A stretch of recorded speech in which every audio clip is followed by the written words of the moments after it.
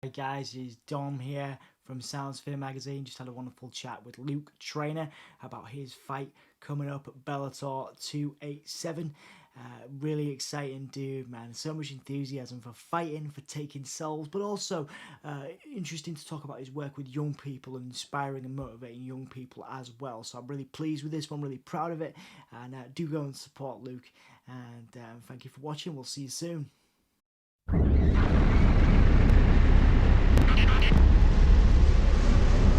Right, wicked.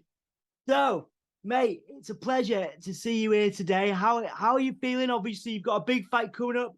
Lucas Alcida, Bellator 287. Before we kick off with everything else, how are you feeling in advance of that? I'm good, brother. I cannot wait. I'm excited to go to war. I've got about 10 days now. Prep's been amazing. Brother, excited. That's the only word I can have right now, man. I'm ready to go. I want to get out there now. I've had that itch for the last couple of weeks. Yeah, I'm ready, man. Nice one, man. Nice one. Now, one of the things I've noticed about you is you carry yourself. I know it's part of your branding, but you really do carry yourself like a gent outside the ring. But you're an absolute savage when you're in the cage. Now, is that by design, or is that two different sides of your personality that come out there? I'm very curious to sort of know. Do you sort of switch something on when you get in the cage, and that's the vicious side of you? And are you really that gentlemanly outside the ring? Because I've seen some interviews where you care a lot about your opponent once the fight is over. Yeah, I think certain guys in the media, guys and girls in the media, do a weird job, and they portray it as if I'm a Mother Teresa. I just try and be a really good human. Like, I try and be a nice human being. I know a lot of people who are far better humans than me, who don't get nearly as celebrated because they don't happen to fight in a cage in their underwear and on TV. Yeah. But trust me, man, I'm around some, working with kids in care and stuff. I'm around some human beings that should be knighted, sainted, flipping, give them a halo and all that jazz. So yeah, I just try and be a good human being. I try and make my mum and dad proud every day with what I do. I fuck up, I make mistakes, but yeah, I just try and hold myself accountable for my stuff. And then in terms of in the cage, every time I step in the cage, I'm going to war. So you're in a coliseum where you don't have to be nice. Being nice to anyone doesn't pay off. My goal is to finish every single human being. If there wasn't a referee there, then it wouldn't be a sport. We'd be in war. We'd be in actual battle. So yeah. So that's how I see it. That's how I see it. And it's nice because I get to be an absolute savage and try and tear someone's head off for 15 minutes, and then the rest of my life I get to be peaceful until we go again. So it's it's the whole warrior in the garden, gardener in the war type of thing. But it's man. nice, man. No, I appreciate that, and obviously on your socials and stuff, you seem like quite a happy person, and I, obviously you came into this interview with a smile, and I appreciate that. What are the kind of things that inspire you outside of the cage? You mentioned working with kids in care. What is the stuff that I'm sure you have bad days? I'm sure that you have rough days, just like everybody 100%. else. On your worst days, what is it that motivates you? Is it the kids you work with? Is it your family, friends, specific movies, music, anything like that? Yeah, that's hard. It's funny, man. I've learned a lot. This camp, coming off of the loss, I was in a really dark place.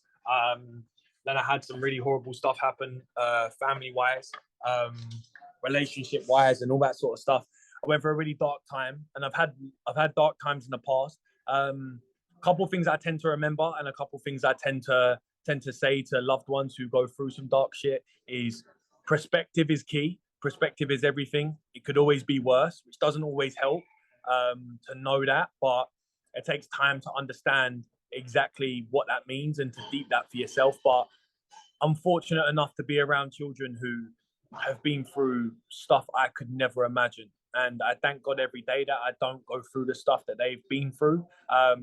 But I get to see those kids who have experienced serious trauma and then come out the other end with a smile on their face. So I have perspective with that. And then I remember that not every day is going to be good. Motivation is fleeting. Motivation is fake. It comes down to consistency and discipline. Not every day you're going to want to go to the gym. Not every day you're going to want to smile.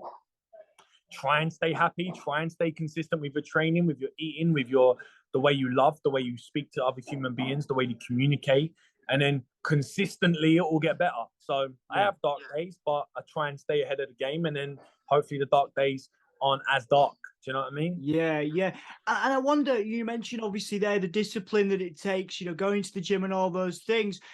Do you bring any of that into your work? Are there any parallels or any crossovers between your work you do with the young people and your work at, obviously training and the discipline there? Do the two intermingle at all in terms of how you work with these young people and the discipline that you have as a fighter?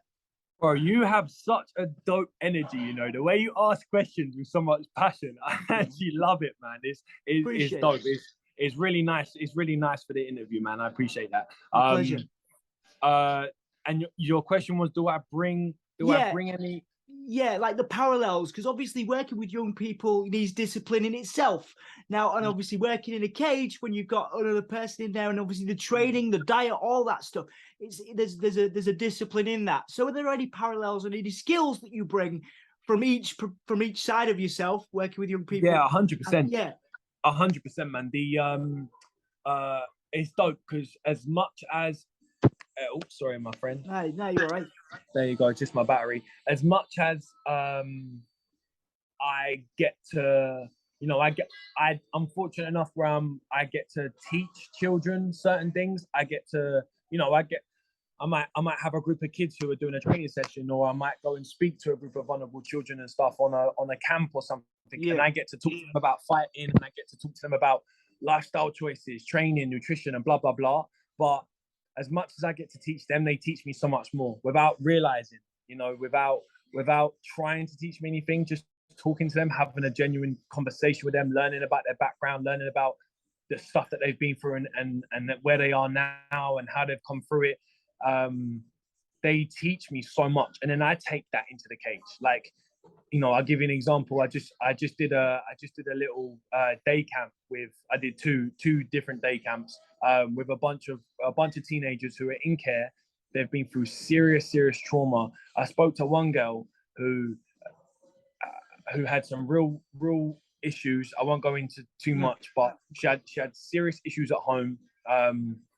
Every sort of abuse you could think of under the sun, she went through. A bunch of self-harming, suicidal thoughts. And now she's on this day camp. Years later, she's on this day camp, and she's in charge of looking after these kids. She's put there as a mentor to teach these little girls and these little boys that it's not that bad. There's light at the end of the tunnel. Almost like look, I went through it. I went through a lot worse than what you kids went through, and look where I am with her scars on her arm, showing it to the world. So then when I go into a cage and I'm in my underwear in front of thousands of people because I choose to be here, there's a referee here to stop. There's judges who are going to tell me if I win or lose. There's commissions that have allowed me. Like, this isn't what she went through. This isn't anywhere near the trauma she went through. I chose to be here. That perspective that I get, it reminds me that I'm doing what I love to do. It reminds me how blessed I am. So yeah, man, it's the it's the energy that I get off of learning about that in life and being around the people I'm around. But it goes both ways, because those kids couldn't ever imagine, before meeting people like me and others who help out, those kids could never imagine going to Wembley and being on TV or getting paid thousands of pounds and stuff like that. So for them, it's nice. It's nice to meet human beings that can do stuff that they dream of doing, and it makes it tangible for them, so. Absolutely. There's a really nice reflection there of how you supported someone and now they're supporting somebody else too. And that's a beautiful thing. Do you know what I mean? They're supporting people that have struggled, after you've worked with them. So that's a lovely thing, man. Thank you for sharing that with me as well. It moves on nicely to my next question. There's a couple more and then we'll do the plug-in bit. But I'm wondering if you consider legacy as a fighter and what that means to you. Obviously, you're leaving a legacy with these young people. You're inspiring them. But what about in the cage? You've got you've obviously come off a loss, but you've got a lot of wins as well. Do you concern yourself, Luke, with legacy as a fighter, or does it not really come into your awareness? No, it does come into my awareness 100%. I want to go down as a great. This is my passion. This is what I love to do.